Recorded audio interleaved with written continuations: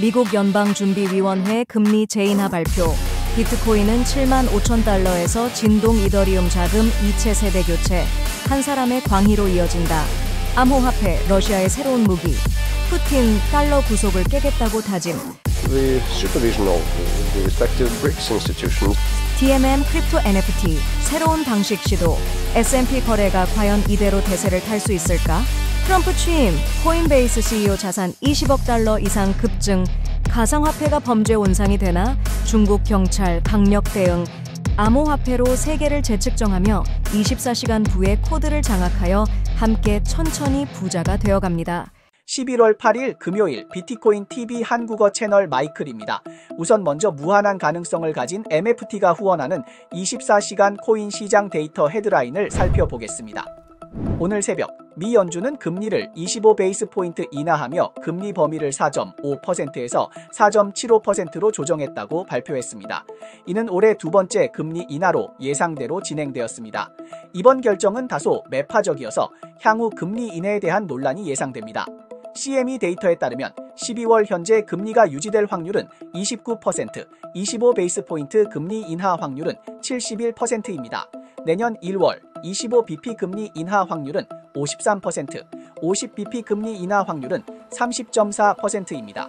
트럼프가 집권한 이후 달러가 약세를 보였고 리스크 자산의 유동성이 증가했습니다. 그가 비트코인을 선호하는 점을 고려할 때 이번 금리 인하는 암호화폐 시장에 새로운 자금 유입을 촉진할 수 있으며 투자자들의 비트코인 등 암호화 자산에 대한 관심이 증가하고 시장 수요가 확대될 것입니다. 새로운 비트코인 대주기의 시작이 가까워질 수 있습니다.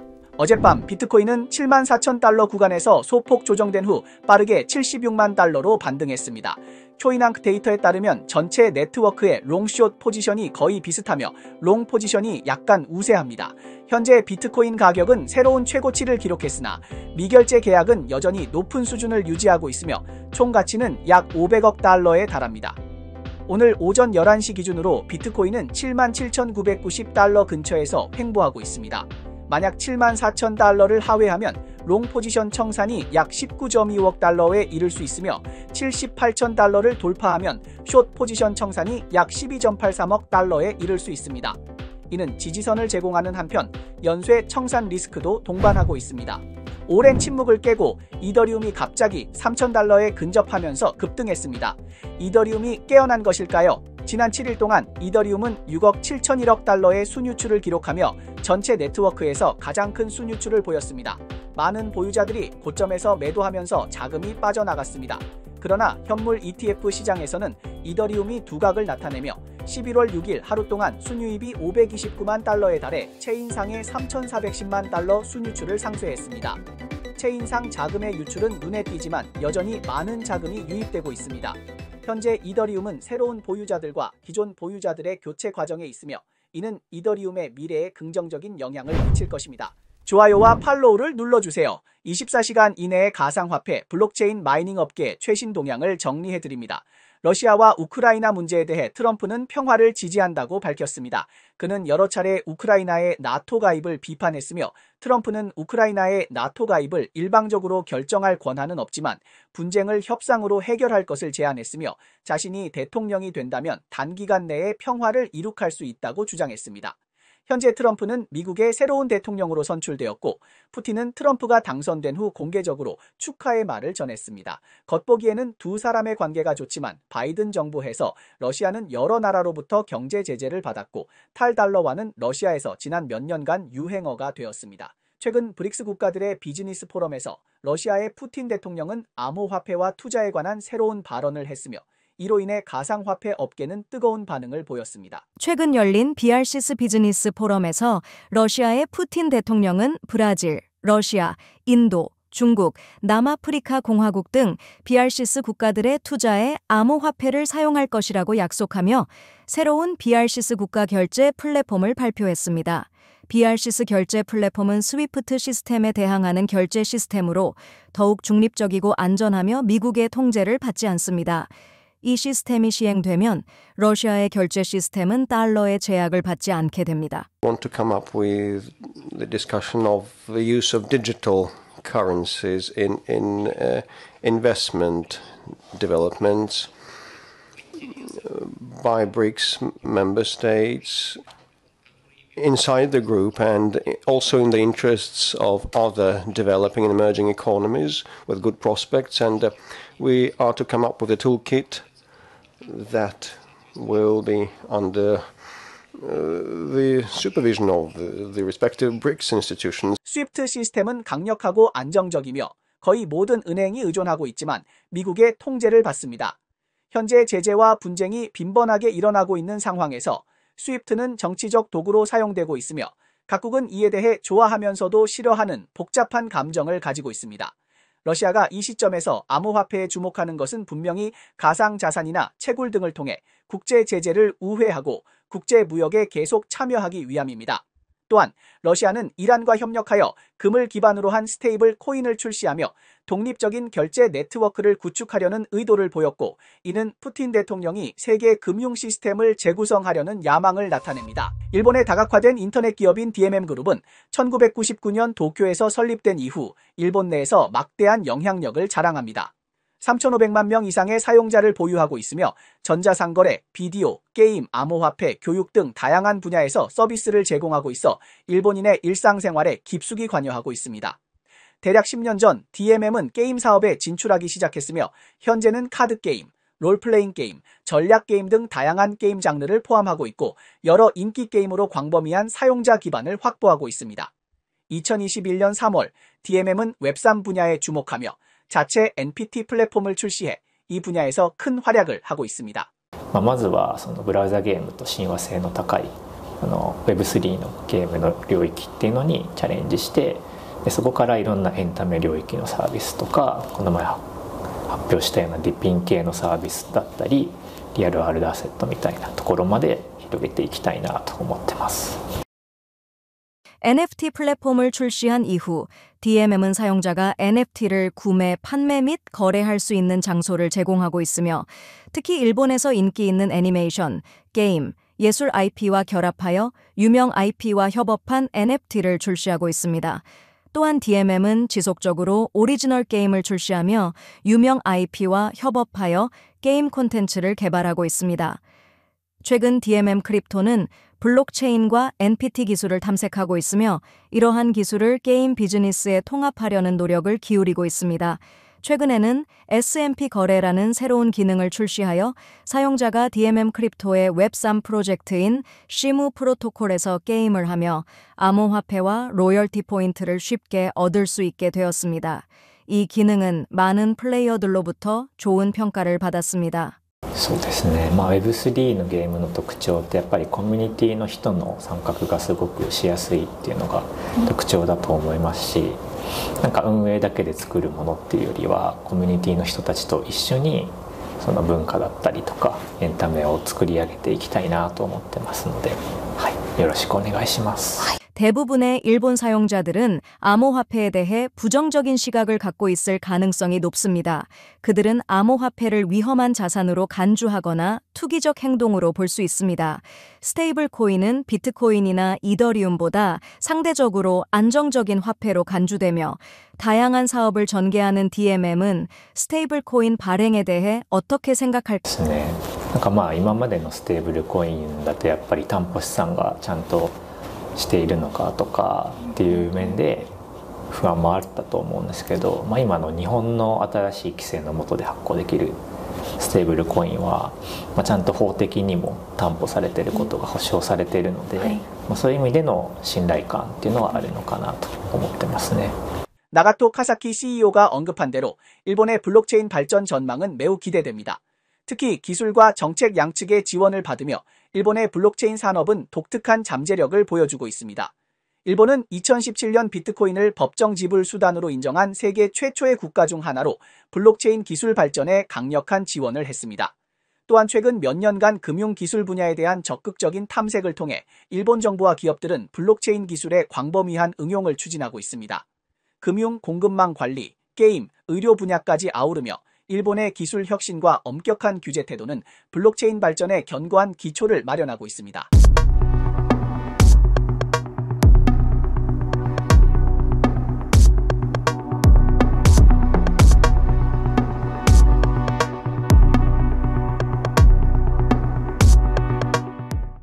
코인베이스 환호.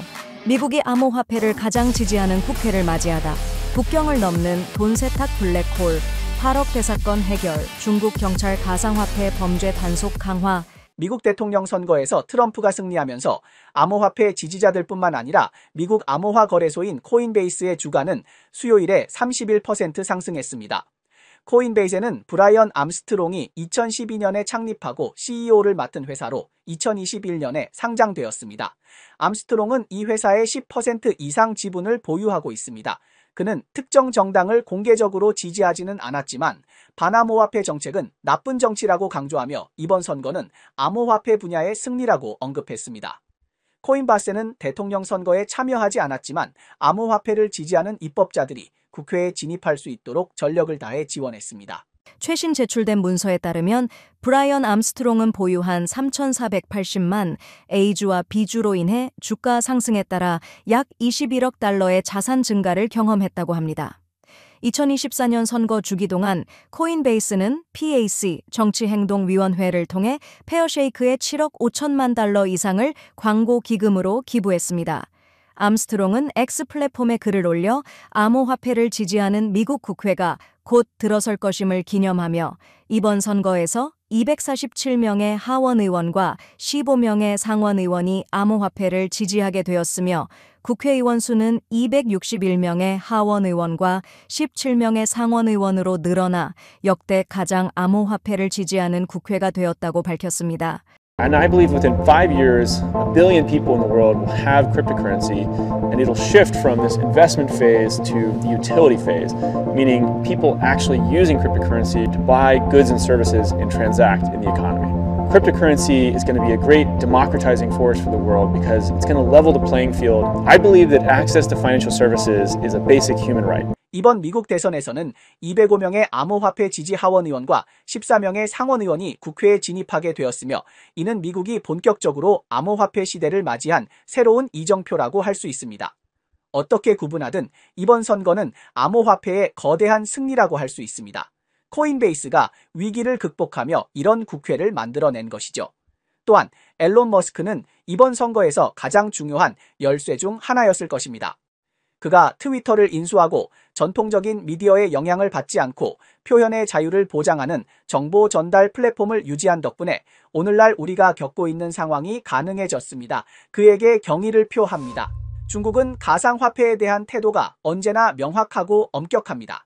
여러 차례 가상화폐가 법정 통화로서의 지위를 갖지 않으며 관련된 모든 업무 활동을 전면 금지한다고 재차 강조했습니다. 그럼에도 불구하고 가상화폐와 관련된 불법 활동은 여전히 끊이지 않고 있습니다.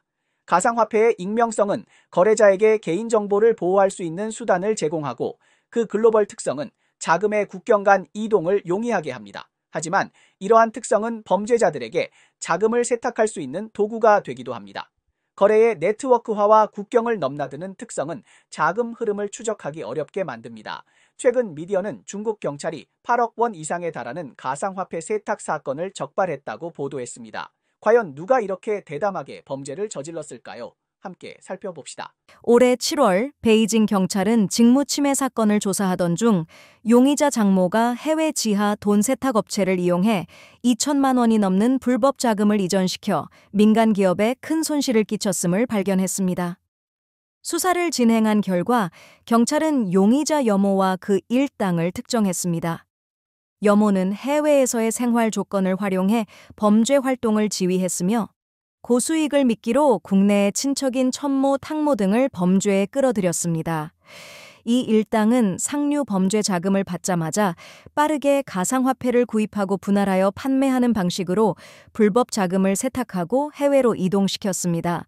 불과 3년 만에 사건에 연루된 금액은 8억 원을 초과했습니다. 현재 경찰은 모든 관련 용의자를 체포하고 전화기, 은행카드 등 범행 도구 50여 점을 압수했습니다. 在中午的13点左右，他提出换汇需求，在下午的16点，也就是在短短的3个小时之内，就完成了由人民币进行换汇的整个链路。 가상화폐와 관련된 불법 금융활동이 빈번히 발생하고 있습니다. 방구시 경찰은 9월에 USDT 가상화폐 거래를 통해 해외 사기범들에게 자금 세탁을 도운 일당을 적발, 사건에 연루된 금액은 60만 원을 초과했습니다. 동방경찰은 카페에서 유로로 전환한 범죄 일당을 적발해 10만 원 이상을 압수했습니다.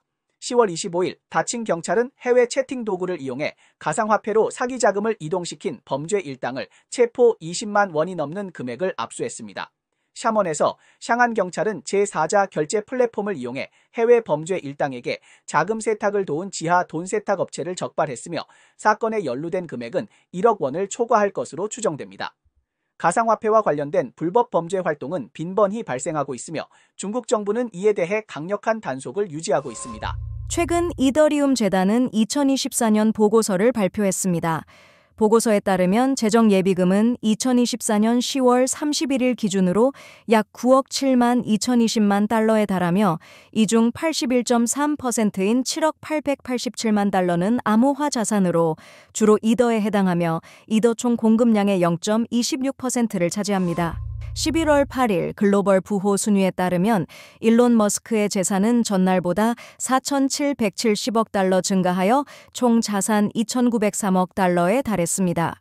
머스크의 재산 증가는 테슬라 주가 상승 덕분으로 다른 부호들과의 재산 격차를 더 벌리며 세계 1위 부호 자리를 굳건히 지키고 있습니다. CBC 보도에 따르면 캐나다 암호화폐 거래소 원더파의 최고 경영자 CEO인 닌 스쿠르카가 납치되었으며 100만 달러의 몸값을 지불한 후 풀려났습니다. 파월 미국 연방준비제도 페드 의장은 사임을 요구받더라도 사임하지 않겠다고 밝혔습니다. 그는 자신이 현재의 통화 정책 방향을 계속해서 지지하고 미국 경제의 안정을 유지할 것이라고 강조했습니다. 이 발언은 시장에서 큰 관심을 모았으며 정책 독립성에 대한 그의 강한 의지를 드러냈습니다. 조 바이든 미국 대통령은 트럼프와 대화를 나누었으며 정부가 트럼프 팀과 협력해 평화로운 인수인계를 보장할 것이라고 확신을 표명했습니다. 또한 카메올라 해리스와 대화하며 그녀가 자신의 캠페인을 자랑스럽게 여겨야 한다고 언급했습니다. 네저 이상이 오늘 방송의 주요 내용입니다. 저희 채널은 주로 암호화폐, 블록체인, 채굴 업계에 가치 있는 뉴스를 보도하고 있습니다. 뉴스 외에도 심도 있는 특집 보도를 제공하고 있습니다. 채널이 유익하다고 생각되시면 공유와 팔로우해주세요. 또한 회원이 되어 함께 성공의 자산을 늘려봅시다. 그럼 다음 주에 또 만나요.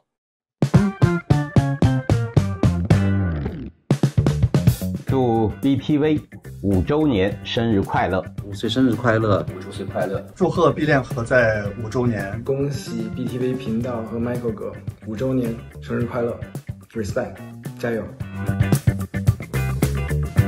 ！Follow 了这个 Michael 哥和 BTV 频道一段时间了，感受就是日更很牛，有营养的日更很牛，周一到周五每天都能有营养的日更是更牛的。能够坚持初心，能够把 BTV 做到现在这个量级。它不仅展示了全球视野，还注重于提供多元化的内容，覆盖了从科技、金融到文化的广泛领域。期待就是Michael 和他的团队能够在下一个5年有更多的精彩。4年过去了。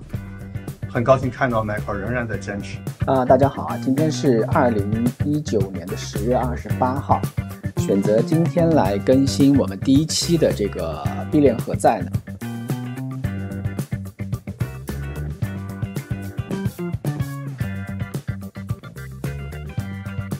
？9月26号星期四，这里是 BTV 中文频道币链何在，我是 Michael。马上就是比特币白皮书发布16周年。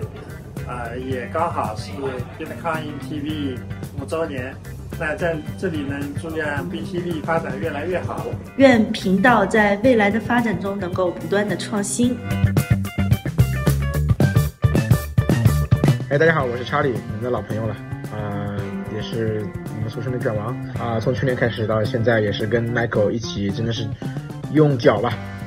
环游世界，丈量了世界，了解了全球各地的区块链加密货币生态的一个情况，参加了很多的峰会。在我心目中 BTV 现在也是应该算是全球华语区里面的第一，相当于华语版的 Bankless 或者说是 Crypto Banta 这样级别的一个大的频道吧。期待 BTV 越做越好，越做越大，成为真正的全球最顶级的频道吧。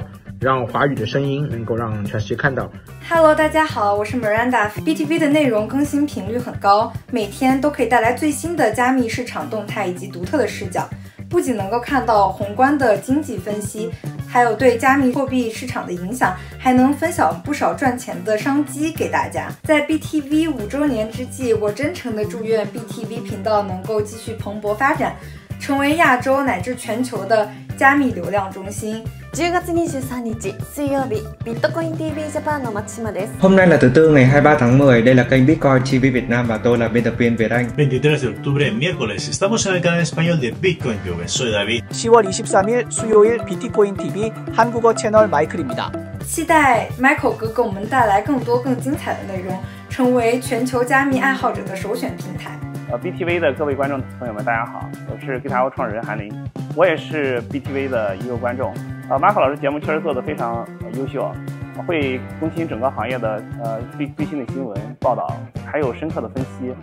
未来的话，我们也会 GitHub 也会大力的支持 Michael 老师和 BTV 的节目。币圈一日人间一年，所以其实5年是一个很长的一个时间了。我也发现，其实对用户来说，行业的教育、行业的新闻的更新是至关重要的。我们 GitHub 也在这方面投入了很大的精力。希望未来的时候也可以和Michael老师一起合作，给用户提供更多优质的内容、更多的教育，更多的新闻更新、更多的投资的机会。非常感谢各位啊！我希望 BTV 能够越办越好。祝福 BTV 能够在亚洲或者是其他新兴市场，包括西班牙语等等的，能够做大做强，让全世界知道 Crypto 不只是能够从英语区能够发生的东西，我们华语区出生的品牌。也可以做到世界知名，也可以做到全世界都有人看。加油，赞！